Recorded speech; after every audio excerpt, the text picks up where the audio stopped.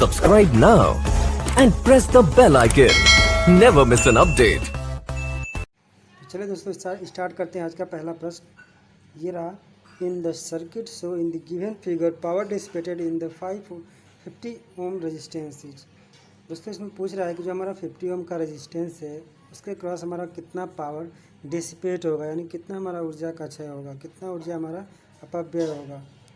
ठीक है, तो हम क्या करेंगे, इसमें दोनों तरफ हमारे क्या है, करंट सोर्स है। तो यहाँ पे हम क्या अप्लाई कर सकते हैं, इजली केसीएल अप्लाई कर सकते हैं। ठीक है, तो केसीएल अप्लाई करने के लिए हम क्या करेंगे, एक करंट को हम मानेंगे कि ये हमारा एक्टिव है और दूसरे वाले को हम मानेंगे इनएक्टिव है। फिर एक केस में हम क्या करेंगे, इस वाली करंट को हम एक्टिव मानेंगे और दूसरे वाले करंट को हम इनएक्टिव। क्लियर है, चलिए। और ये जो हमारा पॉइंट है इसको हम V1 और इस पॉइंट को हम V2 मान लेंगे। ठीक, हम इसको सॉल्व करते हैं जल्दी से। तो ये हो गया हमारा 8 ampere current is equal to आने वाली करंट इज इक्वल टू जाने वाली करंट। तो ये हमारा नोड वोल्टेज है। नोड वोल्टेज हो जाएगा यहाँ पे V1/50 प्लस इन दोनों पोटेंशियल का डिफरेंस V1 माइनस V2। तो यहाँ पे हो जाएगा V1 माइनस V2/100। तो यहाँ से हमारा टोटल हो जाएगा 100, एलसीएम हो जाएगा 100। तो यहाँ पे हो जाएगा हमारा 2V1 plus V1 minus V2 into 8। यहाँ पे हो जाएगा 800 is equal to 3V1 minus V2। दोस्तों ये हो जाएगा हमारा इक्वेशन नंबर 1। क्लियर है। अब हम क्या करेंगे कि ये जो हमारा 10 एम्पियर करंट है इसको हम एक्टिव मानेंगे और इसको हम इनएक्टिव कंसिडर कर लेते हैं। ठीक है, तो जब हम इसको एक्टिव कंसिडर करेंगे तो ये हमारा करंट का डायरेक्शन होगा। ठीक है, यानी कि ये करंट इज इक्वल टू ये दोनों करंट। तो यहाँ से हो जाएगा हमारा 10 एम्पियर का करंट इज इक्वल टू यहाँ का करंट, यानी कि ये वाली ब्रांच और ये वाली ब्रांच। तो इस ब्रांच में हमारी जो धारा होगी वो क्या हो जाएगी, V2/40 प्लस इस ब्रांच में धारा, यानी कि हो जाएगा V2 माइनस V1/100। क्लियर है। अब हम क्या करेंगे, इन दोनों का हम एलसीएम लेंगे। तो इन दोनों का एलसीएम कितना आ जाएगा हमारा 200। ठीक है, इन दोनों का एलसीएम आएगा 200। तो यहाँ पे हो जाएगा 5V2 plus 2V2 minus 2V1 और यहाँ पे हो जाएगा 10। तो दोनों क्रॉस मल्टीप्लाई होगा तो यहाँ पे हो जाएगा 2000 is equal to 7 voltage minus V1। दोस्तों ये हो गया हमारा इक्वेशन नंबर 2। क्लियर है। तो दोस्तों जो हमारा इक्वेशन नंबर 1 था वहाँ से हम क्या करेंगे, V2 की वैल्यू यहाँ पे हम पुट कर देंगे। ठीक है, जब हम V2 की वैल्यू यहाँ पे पुट करेंगे तो देखते हैं कि हमारा V1 का मान कितना आता है। क्लियर है, चलिए। अब हम यहाँ से क्या करेंगे, उसकी वैल्यू पुट करेंगे तो आ जाएगा हमारा 3V1 minus 800 minus 2V1 is equal to 2000। दोस्तों मल्टीप्लाई करेंगे हो जाएगा 21 माइनस 8 7 8 56 minus 2V1 is equal to 2000। Clear है। तो दोस्तों यहाँ पे हम अब इसको सॉल्व करते हैं जल्दी। तो यहाँ पे हो जाएगा 9 2 11 यानी कि 21, यानी कि यहाँ पे हो जाएगा 19। ठीक है, यहाँ पे हो गया हमारा 19V1 इज इक्वल टू ये हो गया हमारा 7600। तो 19 से भाग दे देंगे तो हमारा कितना हो जाएगा 76 यानी कि 400 वोल्ट। ठीक है, तो दोस्तों हमारा जो V1 अगर हमें फाइंड आउट हो चुका है तो हमारा V1 क्या हो गया है, ये हो गया हमारा 400 वोल्टेज। जब हमारा V1 400 वोल्टेज हो गया तो हमारा करंट हम फाइंड आउट कर सकते हैं इस ब्रांच की। तो हमारा करंट क्या हो जाएगा, V1/50 यानी कि 400/50 बराबर हो जाएगा 8 एम्पियर। क्लियर है। इस ब्रांच का करंट हमारा क्या हो गया 8 एम्पियर। इसमें हमारा पावर लॉस हो जाएगा, वो हो जाएगा P is equal to I²R। तो यहाँ से हो जाएगा हमारा 8 इंटू 50 बराबर कितना हो जाएगा 8 3 64 और 64 5 3200। यहाँ से हमारा जो है हो जाएगा 3.2 किलोवाट। दोस्तों इसका जो हमारा राइट आंसर हो जाएगा वो हो जाएगा राइट आंसर बी। क्लियर है। तो आपने देखा कि एक क्वेश्चन को सॉल्व करने में हमारा लगभग 3 से 4 मिनट टाइम लग गया, लेकिन हमारा जो एग्ज़ाम होगा उसमें हमें इतना टाइम नहीं लेना है, और इसको हमें करने के लिए क्या करना होगा, हमें ज़्यादा से ज़्यादा प्रैक्टिस करना होगा। ठीक है, तो यहाँ पे हम आपको बताने के लिए हमें इतना लंबा टाइम लगा था। ठीक है, अदरवाइज़ दोस्तों ये क्या होगा, बहुत ही फास्ट तरीके से, सिंपली तरीके से इसको हम सॉल्व कर सकते हैं। क्लियर है। चलिए बढ़ते हैं अगले क्वेश्चन की तरफ। अगला प्रश्न है कि an ideal voltage source will charge an ideal capacitor. दोस्तों क्वेश्चन ये कह रहा है कि अगर एक आदर्श वोल्टेज स्रोत है तो एक आदर्श संधारित्र चार्ज होगा, कब चार्ज होगा, इन इनफाइनाइट टाइम पे, दूसरा है एक्सपोनेंशियली, तीसरा है इंस्टेंटेनियस, एंड लास्ट है नन ऑफ दिस। यानी कि इन चारों में से कौन सा ऑप्शन आपका सही होगा। दोस्तों जो हमारा इसका जो आंसर होगा वो होगा हमारा आंसर नंबर सी। क्लियर है। जो हमारा आंसर नंबर क्या है, सी। दोस्तों होता है इसलिए है कि जो हमारा एक आदर्श वोल्टेज सोर्स जो होता है उसका जो हमारा इंटरनल रेजिस्टेंस होता है वो शून्य होता है या फिर नगण्य होना चाहिए। क्योंकि दोस्तों जब हमारा रेजिस्टेंस जो होगा, इंटरनल रेजिस्टेंस जो हमारा शून्य होगा या फिर नगण्य होगा, तभी हमारा क्या होगा, जो हमारा प्योर कैपेसिटर है, जो आइडियल कैपेसिटर है, वो हमारा क्या होगा, इंस्टेंटेनियसली चार्ज हो जाएगा, यानी कि तात्क्षणिक रूप से चार्ज होगा। क्लियर है। बढ़ते हैं अगले क्वेश्चन की तरफ। दोस्तों अगला question, in a parallel circuit all component must. दोस्तों क्वेश्चन ये कह रहा है कि एक समानांतर सर्किट में, ठीक है, जो सारे कंपोनेंट होते हैं वो किस क्रम में होना चाहिए, उसमें क्या कॉमन होना चाहिए। दोस्तों हम जानते हैं कि जब हमारा सर्किट जो मतलब पैरेलल में जुड़ा होता है तो उसमें जो हमारी धारा होती है वो क्या होती है, हमारी डिस्ट्रीब्यूट होती है। यानी कि ये हमारा कोई पैरेलल सर्किट है, ये कोई पैरेलल सर्किट है, ठीक है। तो ये जो हमारा सर्किट है इन सब में जो धारा का मान होगा वो हमारा क्या होगा, अलग अलग होगा, लेकिन जो हमारा वोल्टेज होगा, जो हमारा नोड का वोल्टेज होगा वो हमारा क्या होगा, कांस्टेंट होगा। क्लियर है। धारा हमारी कांस्टेंट नहीं होती है, लेकिन हमारा जो वोल्टेज होता है वो हमारा क्या होता है, कांस्टेंट होता है। क्लियर है, यानी कि नियत होता है। तो इसके अकॉर्डिंग हमारा जो आंसर हो जाएगा वो आंसर नंबर ये हमारा राइट आंसर हो जाएगा। क्लियर है। क्योंकि बाकी हमारे तो हैव द सेम, यानी कि समान नहीं होता है। दूसरा क्या है, समान धारा भी समान नहीं होती, फिर सब ये गलत है। दोस्तों आंसर नंबर 1 क्या हो जाएगा, राइट आंसर हो जाएगा। क्लियर है। दोस्तों हमारा अगला प्रश्न है, for the circuit find the equivalent Thevenin voltage and resistance. दोस्तों उपरोक्त परिपथ के लिए तुल्य थेवेनिन वोल्टेज और प्रतिरोधकता होगी। दोस्तों इस सर्किट में हमें VTH और RTH का मान ज्ञात करना है। ठीक है, VTH क्या है, हमारा थेवेनिन वोल्टेज है, और RTH क्या है, हमारा थेवेनिन रेजिस्टेंस है। ठीक है दोस्तों, जब हमें थेवेनिन में इक्विवेलेंट रेजिस्टेंस निकालना होता है तो हम क्या करते हैं कि अगर हमारा जो करंट सोर्स होता है, क्या होता है, करंट सोर्स, तो वो हमारा क्या मान लेते हैं, हम उसको ओपन मान लेते हैं, और जो हमारा वोल्टेज सोर्स होता है उसको हम शॉर्ट सर्किटेड मान लेते हैं।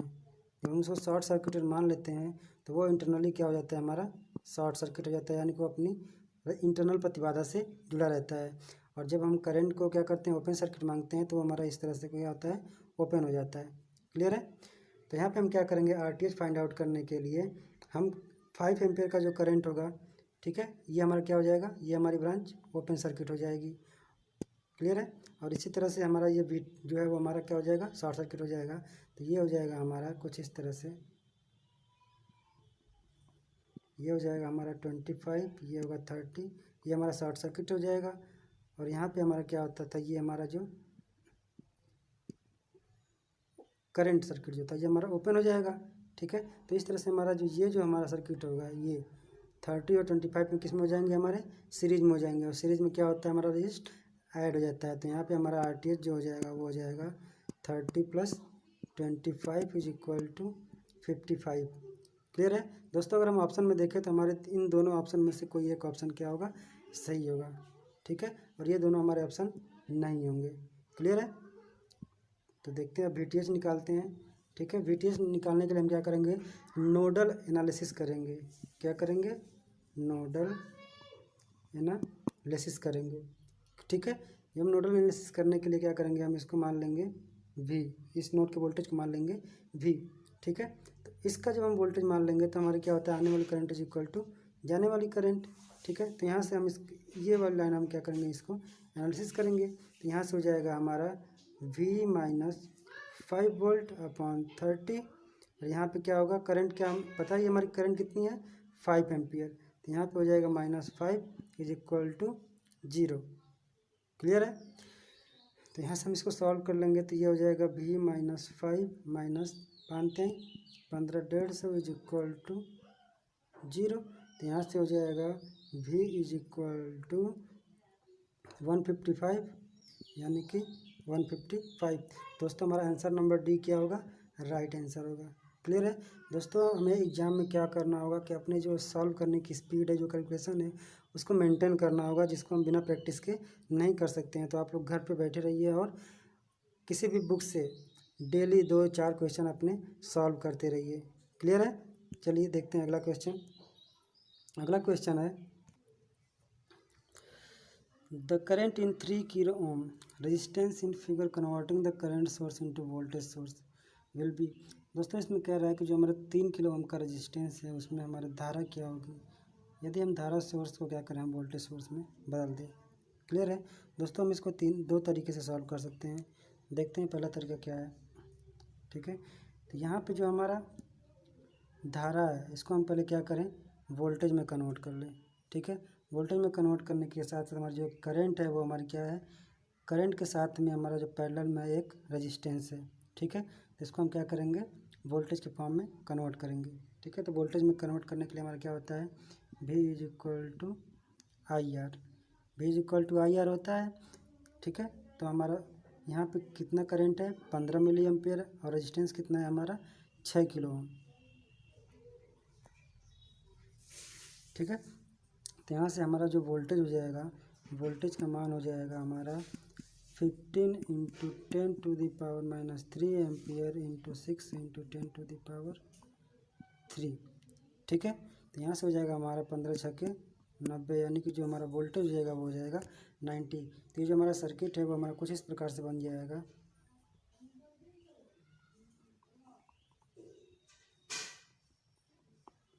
ये हो जाएगा हमारा 3 किलो ओम का, और ये हो जाएगा हमारा 6 किलो ओम का, और यहाँ पे हो जाएगा हमारा 90 वोल्टेज। ठीक है, वोल्टेज के साथ जो हमारा रेजिस्टेंस रहता है वो किस में रहता है, सीरीज में रहता है।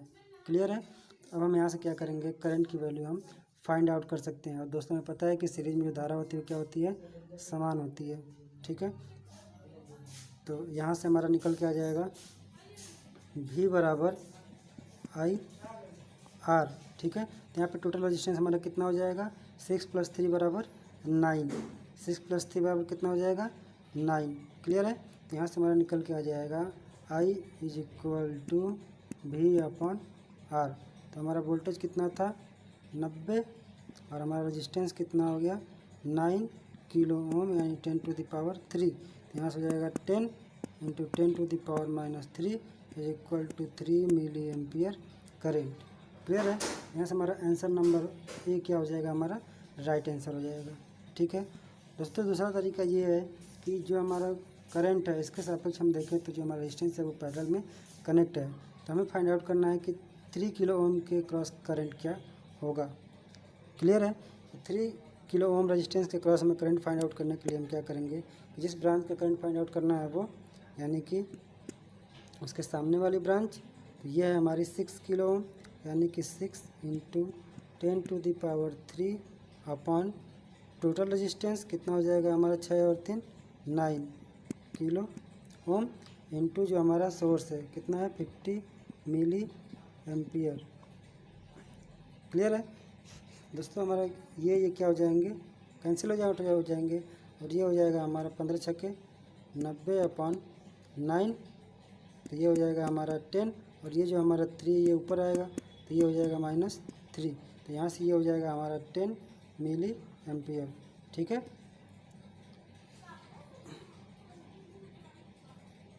अगला क्वेश्चन है दोस्तों, अगला क्वेश्चन है कि हमारा 12 1 ohm resistors are used as to from a cube, the resistance between 2 diagonally opposite corners of the cube is. दोस्तों यहाँ पे ये कह रहा है कि जो हमारे 1 किलो ओम के प्रतिरोध कोनों के रूप में एक घन बनाते हैं। घन के विकर्ण विपरीत कोनों के बीच का प्रतिरोध क्या होगा। ठीक है, घन के विकर्ण, जो हमारे घनों के विकर्ण दोस्तों, यहाँ पे क्वेश्चन ये कह रहा है कि हमारा क्या है कि ये जो हमारा सर्किट है इसमें 12 हमारे रेजिस्टेंस हैं। ठीक है, इस तरह से मिलकर के ये बनाते हैं एक क्यूब। ठीक है, इस तरह से मिलकर के ये बना रहे हैं एक क्यूब। क्लियर है, यहाँ से ये हो गया है 1 2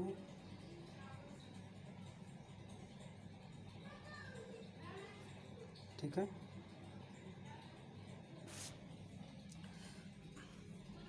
दोस्तों काउंट करने पे देखते हैं, ये हो गया हमारा 1।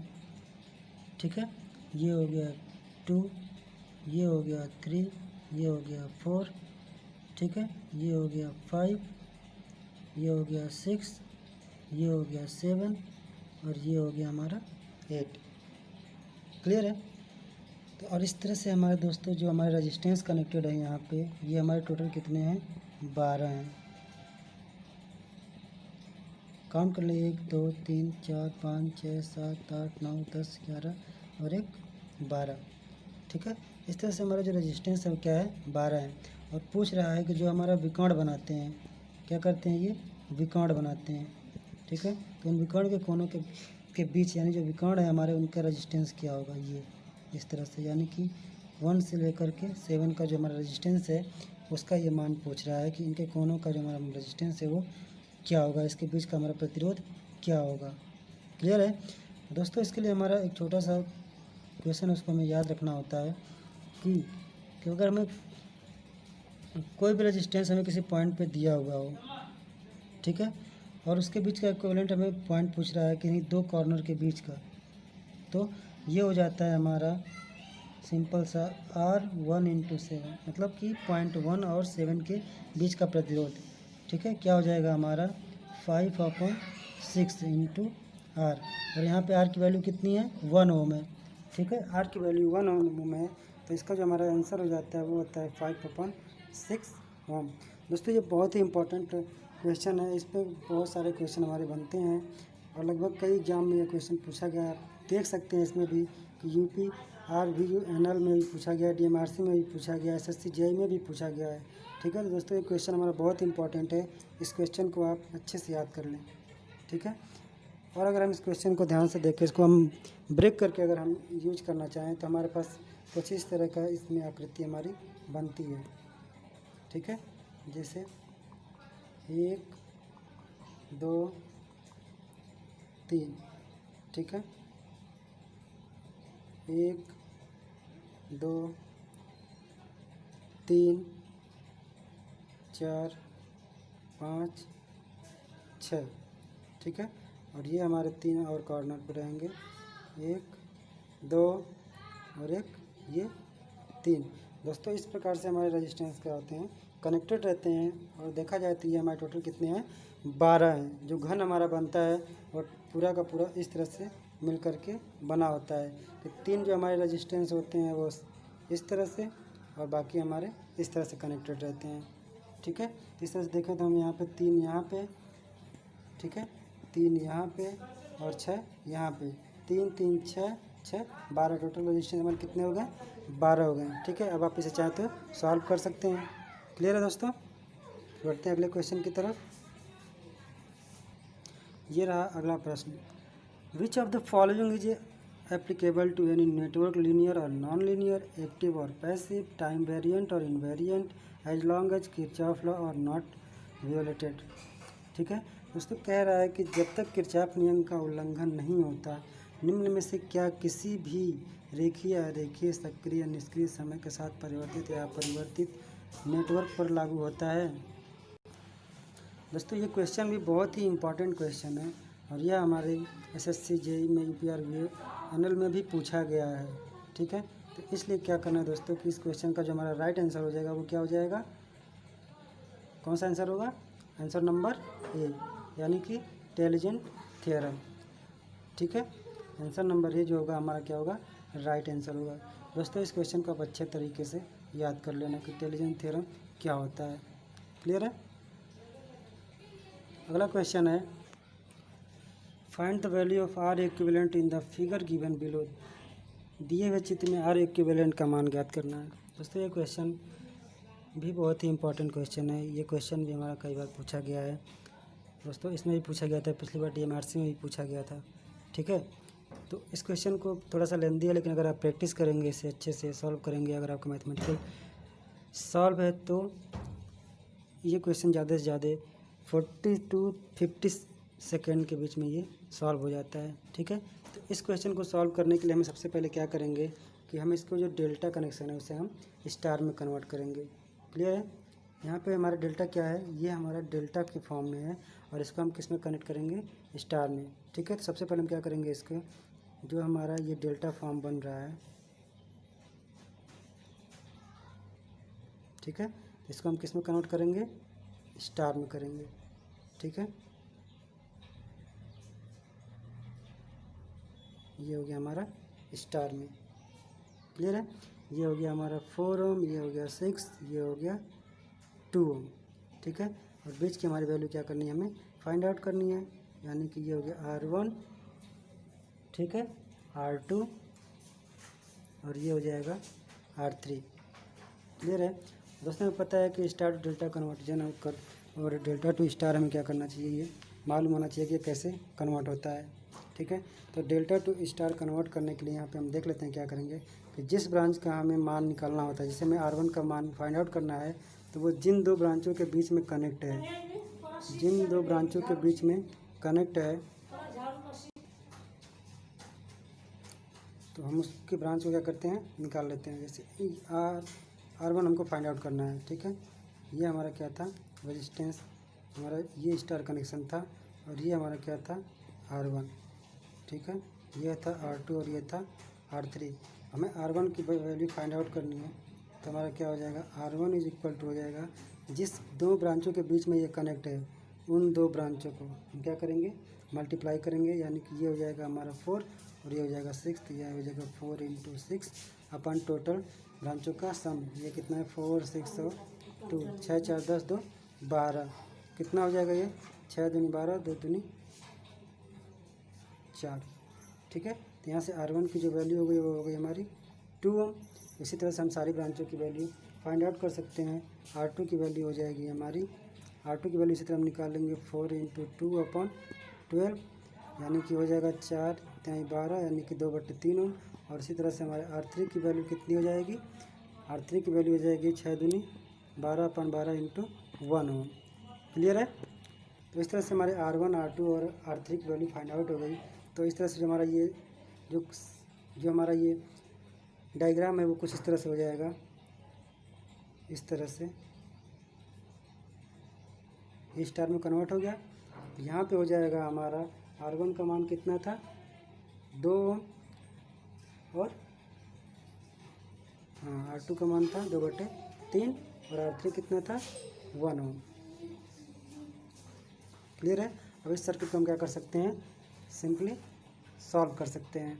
सॉल्व करके देखते हैं, यहाँ से ये और ये हमारे क्या है, पैरेलल में है, तो हमारे पैरेलल में होंगे तो क्या हो जाएगा, 2 × 2/3 क्या हो जाएगा हमारा, 2/3 × 1/2/3 + 1।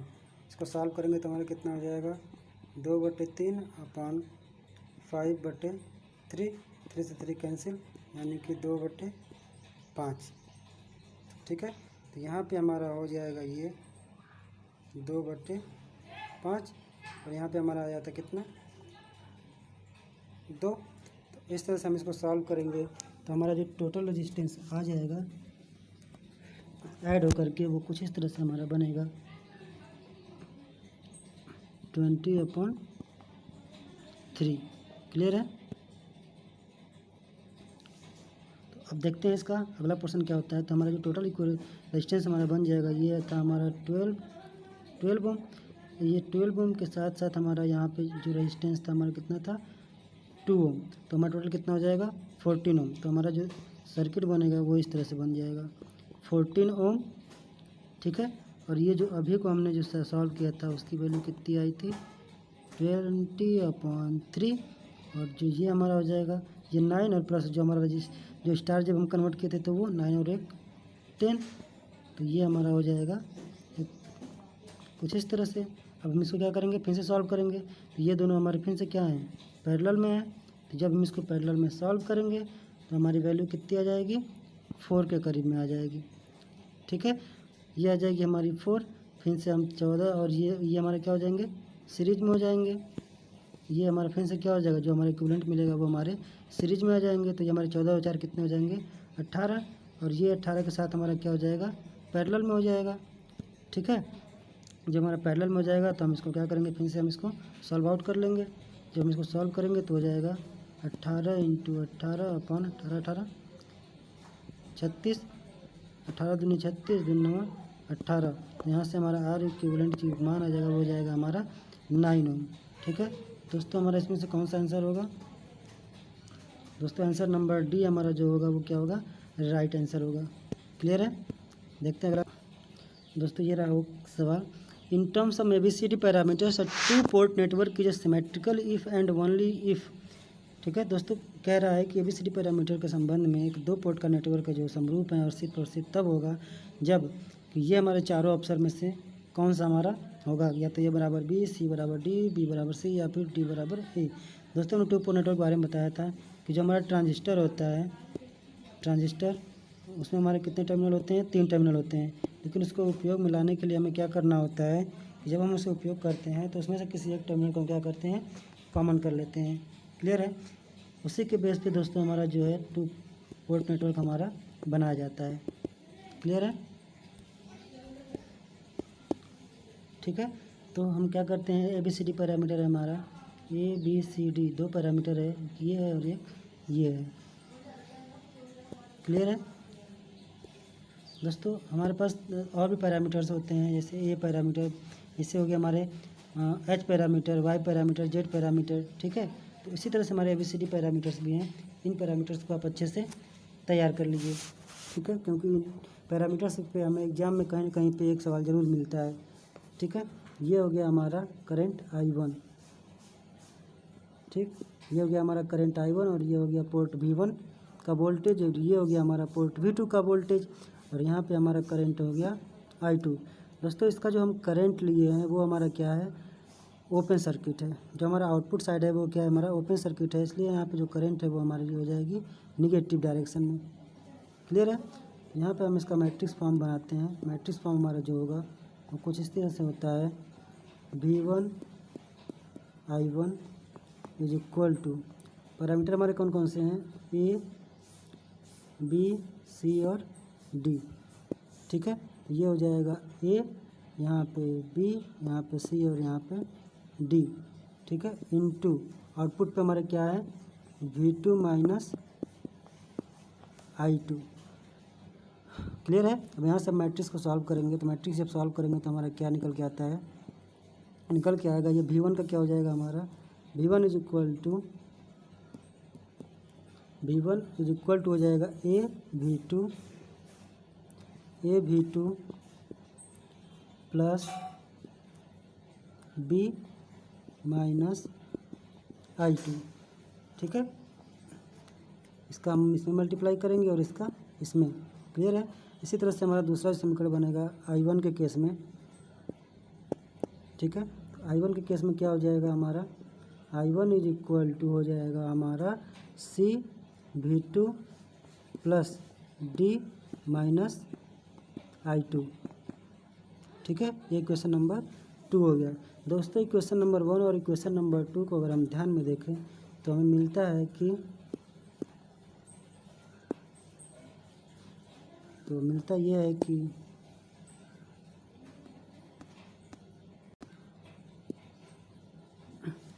V1 और I1 के केस में अगर हम पोर्ट 2 को हम ओपन सर्किट मान लेते हैं, पोर्ट 2 को हम क्या मान लेते हैं, ओपन मान लेते हैं। जब हम पोर्ट 2 को ओपन मानते हैं तो हमारी क्या हो जाएगी, जो हमारी करंट हो जाती है वो I2 क्या हो जाती है, हमारी 0 हो जाती है।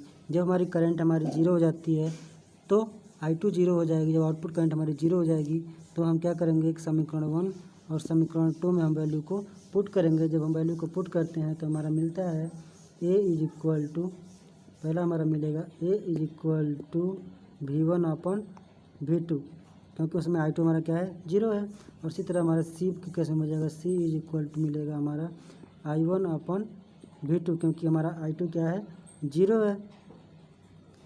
क्लियर है। और हमारा जो अब हम कंसिडर करते हैं कि जो हमारा पोर्ट 2 है वो हमारा क्या है शॉर्ट सर्किटेड है। पोर्ट 2 हमारा क्या है शॉर्ट सर्किटेड है। जब हमारा पोर्ट 2 शॉर्ट सर्किटेड होगा तो हम समीकरण 1 से क्या करेंगे, बी की वैल्यू फाइंड आउट हो जाएगी। बी बराबर हो जाएगा V1 अपॉन माइनस I2। ठीक है। जब पोर्ट 2 को हम शॉर्ट सर्किट करेंगे तो हमारा क्या हो जाएगा, I2 करंट हमारी फ्लो होगी। क्लियर है। लेकिन V2 हमारा उस समय क्या हो जाएगा 0 हो जाएगा। ठीक है। इससे बी का होगा V1 अपॉन I1। और हमारा डी का केस हो जाएगा डी बराबर हो जाएगा हमारा I1 upon minus I2। Clear है। इस तरह से दोस्तों अगर हम दोनों इक्वेशन को हम सॉल्व करें तो हमें मिलता है कि V1 upon I1 is equal to क्या हो जाएगा V2 अपॉन I2। ठीक है। और इन दोनों इक्वेशन का हमारा किसकी वैल्यू है, ये हमारा ए की वैल्यू है और डी की वैल्यू है। ठीक है। तो इस दोनों हमारा समीकरण कौन सा सही है, आंसर नंबर डी हमारा क्या हो जाएगा राइट आंसर हो जाएगा। क्लियर है दोस्तों। जो हमारे पैरामीटर्स की वैल्यू होते हैं वो हमें क्या करें, सारे के सारे पैरामीटर्स हमें याद होने चाहिए। ठीक है। H parameters, Y parameter, Z parameter, ABCD parameter. ठीक है। जितने भी पैरामीटर है इनमें सारे के सारे हमें वैल्यू क्या होनी चाहिए, याद होने चाहिए। ठीक है। और उनके बीच का रिलेशनशिप भी हमें याद होना चाहिए, क्योंकि हमें एग्जाम में क्या होता है कि इनको डायरेक्टली इस पर क्वेश्चन आते हैं। जैसे इसी में है तो हमें अगर हमें इसका आंसर पता होता डायरेक्टली, अगर हमें याद होता तो हम डायरेक्टली इसका आंसर दे सकते थे और अपना टाइम बचा सकते थे। ठीक है दोस्तों। अगला क्वेश्चन है हमारा कि स्टार सर्किट है जो element of R/2 the equivalent delta element will be. दोस्तों इसमें स्टार कंपोनेंट का एलिमेंट दिया हुआ है R/2 और हमें फाइंड करना है क्या, डेल्टा का एलिमेंट। ठीक है। तो स्टार में हमें क्या दिया हुआ है कि हमें इस तरह से कोई हमें सर्किट दिया हुआ है स्टार का। ठीक है। स्टार कनेक्शन हमें दिया हुआ है और हमें क्या ज्ञात करना है इसका, डेल्टा कनेक्शन। ठीक है। ये वाला कनेक्शन हमें फाइंड आउट करना है। ठीक है। इस यानी कि ये हमें डेल्टा कनेक्शन इसका फाइंड आउट करना है कि हमारा जो ये एलिमेंट होगा उसकी वैल्यू हमारी कितनी है। ठीक है दोस्तों। डेल्टा के केस में क्या करते हैं हम,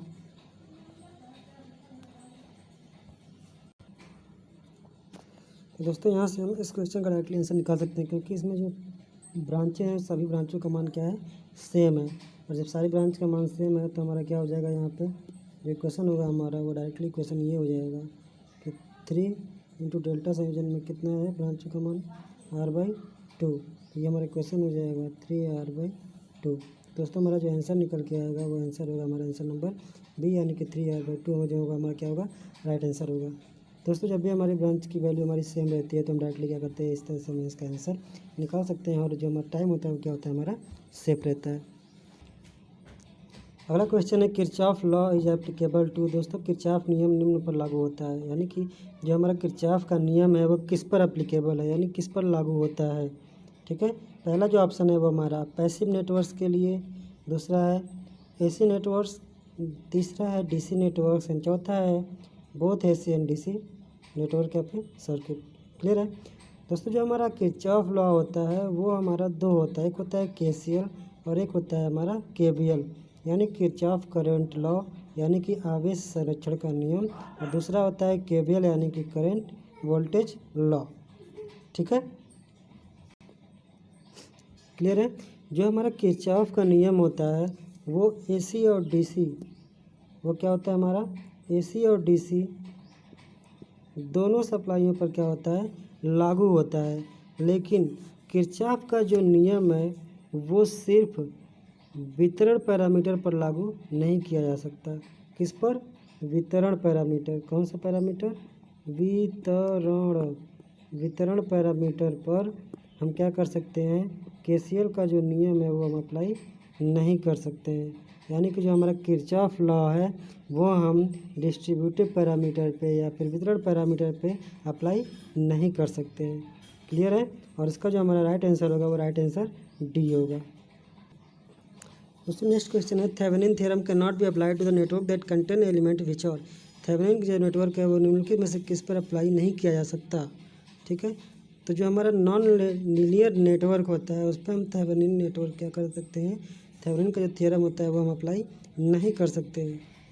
क्लियर है। दोस्तों हमारा थेवेनिन के अनुसार क्या होता है कि यदि किसी दो टर्मिनल वाले जटिल परिपथ जिसमें एक से अधिक विद्युत वाहक बल सोर्स एवं प्रतिरोध संयोजित हो तथा इस जो हमारा जटिल परिपथ होता है को ऐसे इक्विवेलेंट परिपथ में बदल देते हैं जिसमें केवल एक वोल्टेज सोर्स और एक सीरीज में क्या होता है हमारा आरटीएच कनेक्ट होता है, यानी कि रेजिस्टेंस कनेक्ट होता है, इसी को हम बोलते हैं थेवेनिन वोल्टेज सोर्स कहते हैं। क्लियर है दोस्तों। जो हमारा थेवेनिन इक्विवेलेंट होता है उसमें हम क्या करते हैं, जितने हमारे वोल्टेज सोर्स लगे रहते हैं उसको हम एक वोल्टेज सोर्स में यानी कि VTH, ठीक, और उसके सीरीज में हमारा क्या होता है एक रेजिस्टेंस, यानी कि जितने भी हमारे सर्किट में रेजिस्टेंस कनेक्ट रहते हैं वो हमारा R इक्विवेलेंट हो जाता है और इसे हम बोलते हैं RTH। ठीक है, और इस तरह का एक कॉम्बिनेशन बनता है, ठीक है, जिसे हम थेवेनिन इक्वेशन के नाम से जानते हैं। और यह जो होता है केवल केवल नॉन लीनियर जो हमारा होता है उस पर एप्लीकेबल नहीं होता है। ठीक है, बाकी यह एक्टिव पैसिव लीनियर तीनों पे एप्लीकेबल होता है। क्लियर है। अगला क्वेश्चन है, if a DC 240 volt is a connected across 240 ohm resistance the power of load is. दोस्तों कह रहा है कि 220 वोल्ट का एक DC सप्लाई है जिसमें 240 ओम का प्रतिरोध कनेक्टेड है, तो उस पर लोड पे हमारा क्या पावर क्या होगा। ठीक है, लोड पावर हमारा क्या होगा। ठीक है, या फिर हम कह सकते हैं कि लोड पे जो हमारा पावर लॉस होगा वो हमारा क्या होगा। ठीक है, दोस्तों हमारा जो सप्लाई है वो कितनी है, 240 वोल्ट। क्लियर है, जो सप्लाई है वो हमारी कितनी है, 240 वोल्ट, और हमारा रेजिस्टेंस कितना है, 240 ओम। क्लियर है, तो इसमें जो हमारी धारा प्रवाहित होगी वो क्या होगी, हमारी आई होगी। ठीक है, तो यहाँ से हम निकाल सकते हैं आई की वैल्यू क्या हो जाएगी, V is equal to I R. ठीक है, तो V बराबर आई आर, तो यहाँ से आई की वैल्यू हो जाएगी I is two V upon R. V कितना है हमारा 240 अपॉन 240 बराबर कितना हो जाएगा, 1 एम्पियर। क्लियर है, परिपथ में जो हमारा धारा होगी वो कितनी हो जाएगी, 1 एम्पियर। ठीक है, जब जो हमारी धारा होगी वो N एम्पियर हो जाएगी तो हमारा पावर लॉस क्या हो जाता है, P is equal to I square R. P is equal to I square R हो जाता है, तो आई के मान कितना है हमारा 1 है, तो 1 का स्क्वायर 1 हो जाएगा, इंटू आर कितना है हमारा 240 है, तो हमारा जो पावर लॉस हो जाएगा, जो हमारा पावर छः होगा वो हमारा कितना हो जाएगा, 240 वाट। क्लियर है। अगला आंसर है, अगला क्वेश्चन है हमारा दोस्तों, ये रहा हमारा अगला क्वेश्चन, ये voltage divider circuit and its Thevenin equivalent are shown below. ठीक है, the value of VTH and RTH will be. दोस्तों हमारा जो सर्किट है उसमें हमारा VTH और RTH दिया हुआ है। ठीक है, और इसके क्रॉस हमारा पूछ रहा है कि जो हमारा VTH है और RTH है उसका मान कितना होगा। क्लियर है, दोस्तों जब हमें RTH निकालना होता है तो हम क्या करते हैं, RTH निकालते टाइम हम क्या करते हैं, जो हमारा वोल्टेज होता है उसको हम शॉर्ट सर्किट और जो हमारा करंट होता है उसको हम ओपन सर्किट मान लेते हैं। तो यहाँ पे वोल्टेज हमारा क्या हो जाएगा, ये शॉर्ट सर्किट हो जाएगा।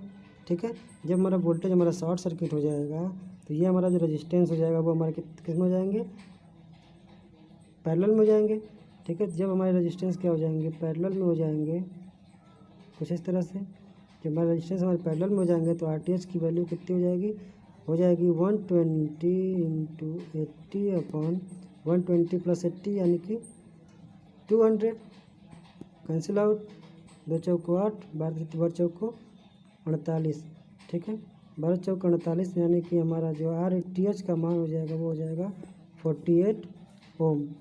ठीक है दोस्तों, अगर हमें आगे सॉल्व करने की ज़रूरत ही नहीं है क्योंकि आंसर में हमारा क्या है, आंसर नंबर C हमारा क्या हो जाएगा, राइट आंसर हो जाएगा, क्योंकि यहाँ पे जो हमारा रेजिस्टेंस का मान दिया है वो हमारा 48 ओम दिया है। अगर हम चाहें तो यहाँ पे VTH का भी कैलकुलेशन कर सकते हैं, क्योंकि हमारा RTH हमारा क्या है पता है, RTH कितना हो गया 48 ओम। ठीक है, तो VTH क्या हो जाएगा, दोस्तों जिस ब्रांच के सामने का हमको वोल्टेज निकालना होता है, ठीक है, यहाँ का हमको थेवेनिन वोल्टेज निकालना है VTH, ठीक है। तो ये हो जाएगा हमारा 80 अपॉन टोटल रजिस्टेंस इनटू जो हमारा मेन वोल्टेज है 10 वोल्ट। तो हम कैंसिल आउट करते हैं, 0 0 0 कैंसिल, 2 चौक को 8। तो यहाँ से हमारा VTH भी हो जाएगा, क्या हो जाएगा, 4 वोल्ट। क्लियर हो गया। तो हमारा आंसर नंबर सी क्या हो जाएगा, राइट आंसर हो जाएगा। दोस्तों लास्ट क्वेश्चन है हमारा कि for the given circuit the value of Norton equivalent resistance is. दोस्तों हमारा ये जो क्वेश्चन है इसमें हमारे नॉर्टन इक्विवेलेंट रेजिस्टेंस पूछा गया है, ठीक है। हमें निकालना है क्या, नॉर्टन रेजिस्टेंस, ठीक है। नॉर्टन रेजिस्टेंस क्या होता है, NR। दोस्तों इसमें हम क्या करते हैं कि जिस ब्रांच का हमें नॉर्टन समतुल्य इक्वेशन निकालना होता है वहाँ से हम लोड को क्या करते हैं, हटा देते हैं, ठीक है। लोड को हम क्या करते हैं, ओपन कर देते हैं, और वोल्टेज को हम क्या कर देते हैं, शॉर्ट सर्किट कर देते हैं, ठीक है। जब वो वोल्टेज को शॉर्ट सर्किट कर देंगे, ठीक है, तो यहाँ से हम आर इक्विवेलेंट का मान हम फाइंड आउट कर सकते हैं। तो यहाँ से हमारा 2 ओम और 6 ओम क्या हो जाएगी, हमारे पैरेलल में हो जाएगा, पैरेलल में हो जाएगा।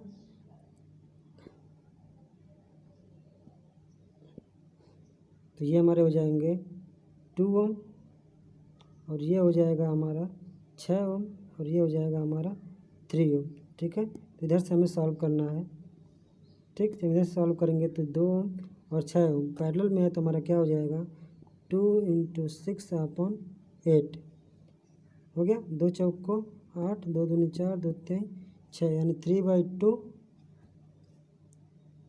ठीक है। 3/2 प्लस ये वाला रजिस्टेंस अब क्या हो जाएगा इसके साथ में, ये सीरीज में हो जाएगा, ठीक है। जब हम ये रजिस्टेंस अब कैंसिल आउट हो जाएगा और ये हमारे सीरीज में हो जाएंगे, तो सीरीज में ये वाला रजिस्टेंस हो जाएगा। तो यहाँ से 3/2 प्लस कितना हो जाएगा, 3 ऐड करेंगे तो कितना हो जाएगा, 3 दूनी 6, 3 9 अपॉन 2, यानी कि 4.5 ओम। तो हमारा टोटल कितना हो जाएगा, 4.5 हमारा क्या हो जाएगा, राइट आंसर हो जाएगा, ठीक है। दोस्तों अगर वीडियो अच्छी लगी हो तो लाइक कमेंट और सब्सक्राइब जरूर करें, और ज़्यादा से ज़्यादा अपने दोस्तों को फॉरवर्ड भी करें, ताकि ये वीडियो हमारे जितने भी स्टूडेंट हैं उन तक पहुंच सके।